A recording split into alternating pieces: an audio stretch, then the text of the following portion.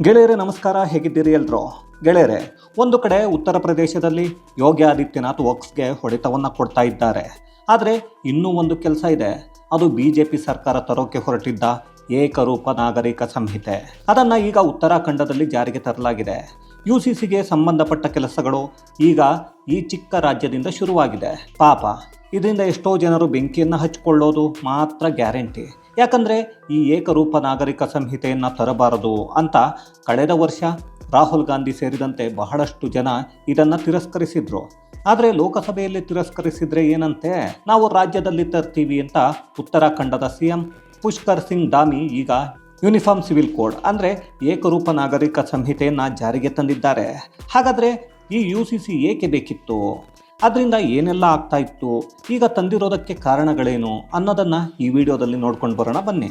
ಗೆಳೆಯರೆ, UCC uniform civil ಕೋಡನ್ನು ಉತ್ತರಾಖಂಡ ರಾಜ್ಯದಲ್ಲಿ ಜಾರಿಗೆ ತರಲಾಗಿದೆ. ಎಲ್ಲ ಧರ್ಮಗಳಿಗೂ ಈಗ ಒಂದೇ ಕಾನೂನು ಇರುತ್ತೆ. ಹಾಗಾದರೆ ಇದಕ್ಕೂ ಮೊದಲು ಒಂದೇ ರೀತಿಯ ಕಾನೂನು ಇರಲಿಲ್ವಾ ಅಂದರೆ ಖಂಡಿತ ಇರಲಿಲ್ಲ. ಕೇವಲ ಹಿಂದೂಗಳಿಗೆ ಮಾತ್ರ ಒಂದು ಬಿಲ್ ತಂದು ಮದುವೆ ಆಗೋದಾದರೆ ನೋಂದಣಿ ಕಡ್ಡಾಯ, ಒಂದಕ್ಕಿಂತ ಹೆಚ್ಚಿನ ಮದುವೆ ಮಾಡಿಕೊಳ್ಳುವಂತಿಲ್ಲ, ವಿಚ್ಛೇದನ ಪಡೆದರೆ ಮಹಿಳೆಯರಿಗೆ ಕಾನೂನಿನ ಪ್ರಕಾರ ಆಸ್ತಿಯನ್ನು ಮತ್ತೆ ಜೀವನಾಂಶವನ್ನು ಕೊಡಬೇಕಿತ್ತು. ಅದರಲ್ಲೂ ತಂದೆಯ ಇಲ್ಲ ಅಂತಂದರೆ ಪಿತ್ರಾರ್ಜಿತ ಆಸ್ತಿಯಲ್ಲಿ ಅರ್ಧದಷ್ಟು ಅಂದರೆ ಸಮಪಾಲನ ಕೊಡಬೇಕಾಗಿತ್ತು. ಈ ಹಿಂದೂ ಪರ್ಸನಲ್ ಲಾ ಕೆಳಗೆ ಮುಸ್ಲಿಮರನ್ನು ಹೊರತುಪಡಿಸಿ ಎಲ್ಲ ಧರ್ಮಗಳನ್ನು ಸೇರಿಸಿದ್ರು. ಆದರೆ ಮುಸಲ್ಮಾನರಿಗೆ ಮಾತ್ರ ಮದುವೆ ಎಷ್ಟು ಬೇಕಾದರೂ ಆಗಬಹುದು, ನೋಂದಣಿ ಮಸೀದಿಯಲ್ಲೇ ಆಗ್ತಾ ಇತ್ತು. ಗಂಡ ತಲಾಕ್ ಕೊಟ್ಟರೆ ಅಂದರೆ ವಿಚ್ಛೇದನ ಕೊಟ್ಟರೆ ಕಣ್ರಿ, ಹೆಂಡತಿಗೆ ಜೀವನಾಂಶ ಕೊಡೋ ಹಾಗೆ ಇರಲಿಲ್ಲ. ಆದರೆ ಆ ವಿಚ್ಛೇದನ ಕೊಟ್ಟ ಗಂಡ ಇನ್ನೊಂದು ಮದುವೆ ಮಾಡಿಕೊಂಡು ಆರಾಮಾಗಿ ಇರಬಹುದು. ಆದರೆ ಹೆಣ್ಣು ಮಕ್ಕಳು ಮಾತ್ರ ಜೀವನ ನಡೆಸೋಕೆ ಒದ್ದಾಡೋ ಪರಿಸ್ಥಿತಿ ಇತ್ತು. ಮುಸಲ್ಮಾನರ ವಿಚ್ಛೇದನ ಕೂಡ ಆಗ್ತಾ ಇದ್ದದ್ದು ಮಸೀದಿಗಳಲ್ಲೇ. ಇದು ಪರ್ಸನಲ್ ಲಾ ಅಂದರೆ ಧರ್ಮಾಧಾರಿತ ವೈಯಕ್ತಿಕ ಕಾನೂನು.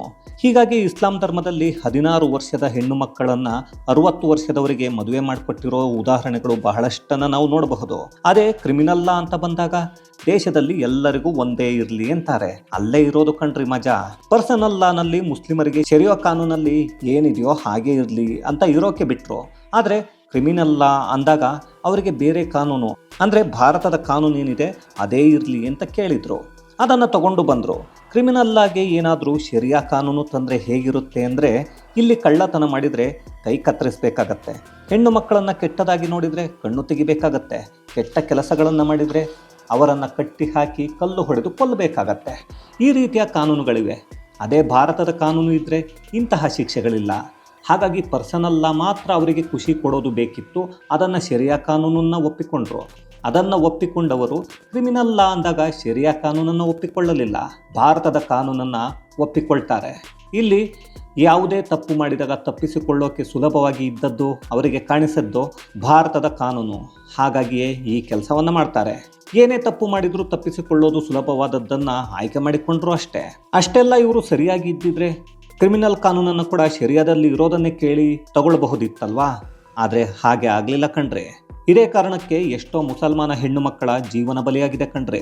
ಎಷ್ಟೋ ಹೆಣ್ಣು ಮಕ್ಕಳನ್ನು ಮದುವೆಯಾಗಿ 1 ವರ್ಷ ಜೀವನ ಮಾಡಿ 1 ಮಗು ಇಲ್ಲ 2 ಮಕ್ಕಳಾದ ಮೇಲೆ ತಲಾಕ್ ತಲಾಕ್ ತಲಾಕ್ ಅಂತ ಹೇಳಿಬಿಟ್ಟು ಗಂಡ ಆದವನು ಬೇರೆ ಯಾರನ್ನೋ ಮದುವೆ ಆಗ್ತಾನೆ.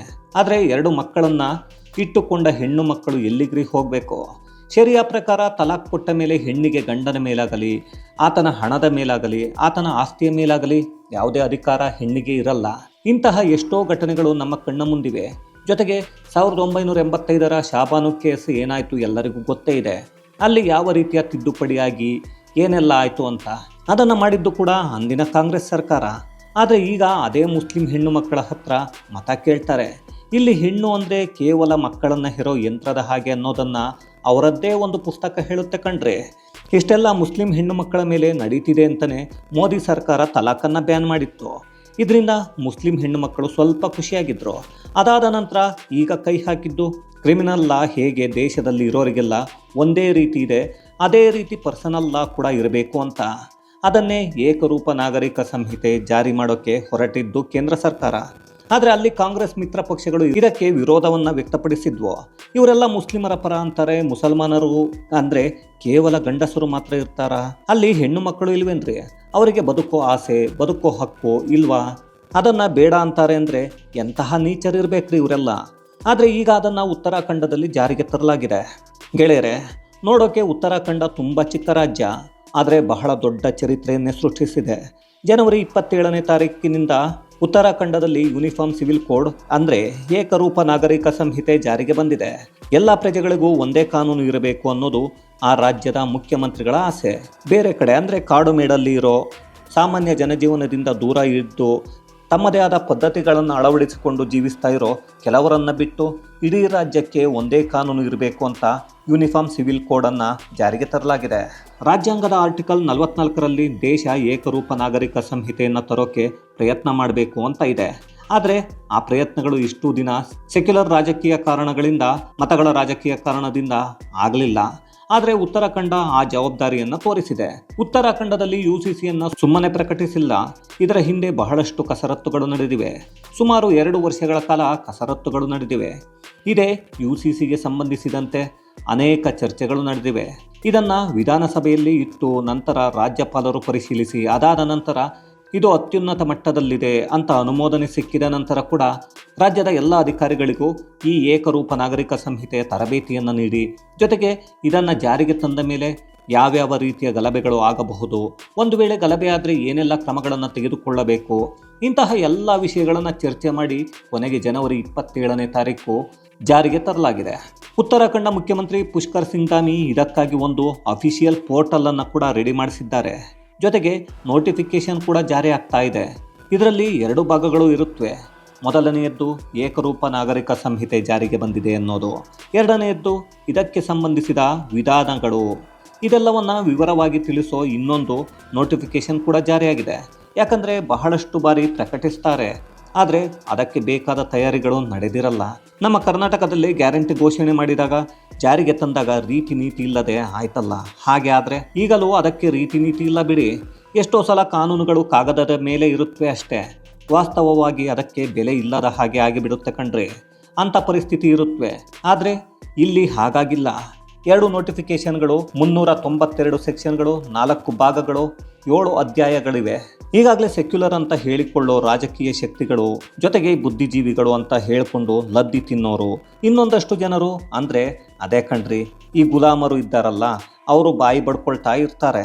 ವಿವಾಹ, ವಿಚ್ಛೇದನ, ಮರಣ, ಆಸ್ತಿ ವಾರಸತ್ವ, ಜೊತೆಗೆ ಹಲವು ಸಂಬಂಧಗಳು, ವಿವಾಹೇತರ ಸಂಬಂಧಗಳು, ಅದನ್ನು ಕೂಡ ನೋಂದಣಿ ಮಾಡಬೇಕಾಗತ್ತೆ. ಅಂದರೆ ಅದೇ ಕಣ್ರಿ ಲಿವ್ ಇನ್ ರಿಲೇಷನ್ಶಿಪ್, ಅದನ್ನು ಕೂಡ ಈಗ ರಿಜಿಸ್ಟ್ರೇಷನ್ ಮಾಡಿಸಬೇಕು. ಈ ಲಿವ್ ಇನ್ ರಿಲೇಷನ್ಶಿಪ್ನಲ್ಲಿ ಮಕ್ಕಳಾದರೆ ಮಕ್ಕಳಾದ 1 ವಾರದಲ್ಲಿ ಪೂರ್ತಿಯಾದ ಡೀಟೇಲ್ಸ್ ಸಿಗಬೇಕು ಅನ್ನೋದು ಇದರ ಉದ್ದೇಶ. ಈ ಹೆಣ್ಣಿಗೆ 18 ವರ್ಷ, ಗಂಡಿಗೆ 21 ವರ್ಷ ಮದುವೆಯ ವಯಸ್ಸು ಆಗಿರಲೇಬೇಕು. ನಾನು ಮುಸ್ಲಿಂ, ಹಾಗಾಗಿ 14 ವರ್ಷಕ್ಕೆ ಇಲ್ಲ ಅಂದರೆ 16 ವರ್ಷಕ್ಕೆ ಮದುವೆ ಮಾಡ್ತೀನಿ ಅಂದರೆ ಆಗ ಜೈಲಿಗೆ ಹೋಗಬೇಕಾಗತ್ತೆ. ಇಂತಹ ವಿವಾಹಗಳನ್ನು ಬಾಲ್ಯ ವಿವಾಹ ಅಂತ ಪರಿಗಣಿಸಲಾಗುತ್ತೆ. ಇನ್ನು 2 ಬೇರೆ ಬೇರೆ ಮತಗಳ ವ್ಯಕ್ತಿಗಳು ಮದುವೆ ಆದರೆ ಸ್ಪೆಷಲ್ ಮ್ಯಾರೇಜ್ ಆಕ್ಟ್ ಇದೆ. ಇನ್ನೊಂದು ಅಂದರೆ ಆಸ್ತಿ ವಿಷಯದಲ್ಲಿ ಗಂಡು ಮಕ್ಕಳು ಮತ್ತು ಹೆಣ್ಣು ಮಕ್ಕಳಿಗೆ ಸಮಾನವಾದ ಹಕ್ಕು ಇರುತ್ತೆ. ಇದು ಇಲ್ಲಿಯವರೆಗೆ ಹಿಂದೂ ಲಾನಲ್ಲಿ ಮಾತ್ರ ಇತ್ತು. ಮುಸಲ್ಮಾನರ ಶರಿಯಾ ಕಾನೂನಲ್ಲಿ ಇರಲಿಲ್ಲ ಅಂತ ಅದು ಪಾಲನೆ ಆಗ್ತಾ ಇರಲಿಲ್ಲ. ಈಗ ಅದು ಕಂಪಲ್ಸರಿ ಆಗಿದೆ. ಒಟ್ಟಿನಲ್ಲಿ ಹೇಳಬೇಕು ಅಂದರೆ ಇದು ಮಹಿಳೆಯರ ಮೈನಾರಿಟಿ ವರ್ಗದವರ ಹಕ್ಕುಗಳನ್ನು ಕಾಪಾಡುತ್ತೆ. ಮತ ಮೌಢ್ಯ ಶಕ್ತಿಗಳು ಇದ್ದತ್ತನ್ನೋ ಹೆಸರಲ್ಲಿ ಒಂದಲ್ಲ ಎರಡಲ್ಲ 3 ಮದುವೆ ಆಗ್ತಿದ್ದವರನ್ನು ಈಗ ಒಂದು ರೀತಿ ಸೈಲೆಂಟ್ ಆಗಿರೋ ಹಾಗೆ ಮಾಡಿದೆ. ತಲಕ್ಕೆ ಸಂಬಂಧಿಸಿದ ವಿಷಯ ಆಗಲಿ, ಮೆಹರ್ಗೆ ಸಂಬಂಧಿಸಿದ ವಿಷಯ ಆಗಲಿ, ಭರಣಕ್ಕೆ ಸಂಬಂಧಿಸಿದ ವಿಷಯ ಆಗಲಿ, ಮತ ಮೌಢ್ಯ ನಾಯಕರು ಅಂತ ಇದ್ರಲ್ಲ, ಮುಲ್ಲಾಗಳು, ಮೌಲ್ವಿಗಳು, ಅವರ ಪತ್ವಾ ಪ್ರಕಾರ ಅವರಿಗೆ ಇಷ್ಟ ಬಂದ ಹಾಗೆ ನಡೆಯೋದು, ಅದಕ್ಕೆ ಇಲ್ಲಿ ಜಾಗ ಇಲ್ಲ.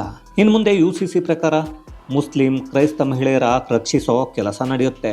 ಇನ್ನು ಈಗ ಪ್ರಗತಿಪರರು ಅಂತ ಹೇಳಿಕೊಳ್ಳೋ ಮುಸ್ಲಿಂ ನಾಯಕರು, ಮುಸ್ಲಿಮರನ್ನೇ ಕಾಪಾಡ್ತೀವಿ ಅಂತ ಹೇಳೋ ಕೆಲ ನಾಯಕರು ಏನು ಹೇಳ್ತಾರೆ ಅನ್ನೋದನ್ನು ಕಾದು ನೋಡಬೇಕು.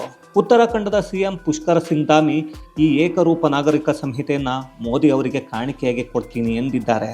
ಒಟ್ಟಿನಲ್ಲಿ ಇದು ಒಂಥರ ಉತ್ತರಾಖಂಡದ ಈ ಕಾನೂನನ್ನು ಯಾರು ಪ್ರಶ್ನೆ ಮಾಡದೇ ಇದ್ದರೆ ಇಡೀ ದೇಶದಲ್ಲಿ ಪೂರ್ತಿಯಾಗಿ ಜಾರಿಗೆ ಬರೋ ಸಾಧ್ಯತೆ ಇದೆ. ಇದು ಗೆಳೆಯರೆ ಉತ್ತರಾಖಂಡದಲ್ಲಿ ತಂದಿರೋ ಏಕರೂಪ ನಾಗರಿಕ ಸಂಹಿತೆ ಕುರಿತಾದಂತಹ ಒಂದಷ್ಟು ಮಾಹಿತಿ. ಮತ್ತಷ್ಟು ವಿಶೇಷತೆಗಳೊಂದಿಗೆ ಮುಂದಿನ ವಿಡಿಯೋದಲ್ಲಿ ಭೇಟಿಯಾಗೋಣ. ಅಲ್ಲಿಯವರೆಗೂ ಕನ್ನಡವೇ ಸತ್ಯ, ಕನ್ನಡವೇ ನಿತ್ಯ.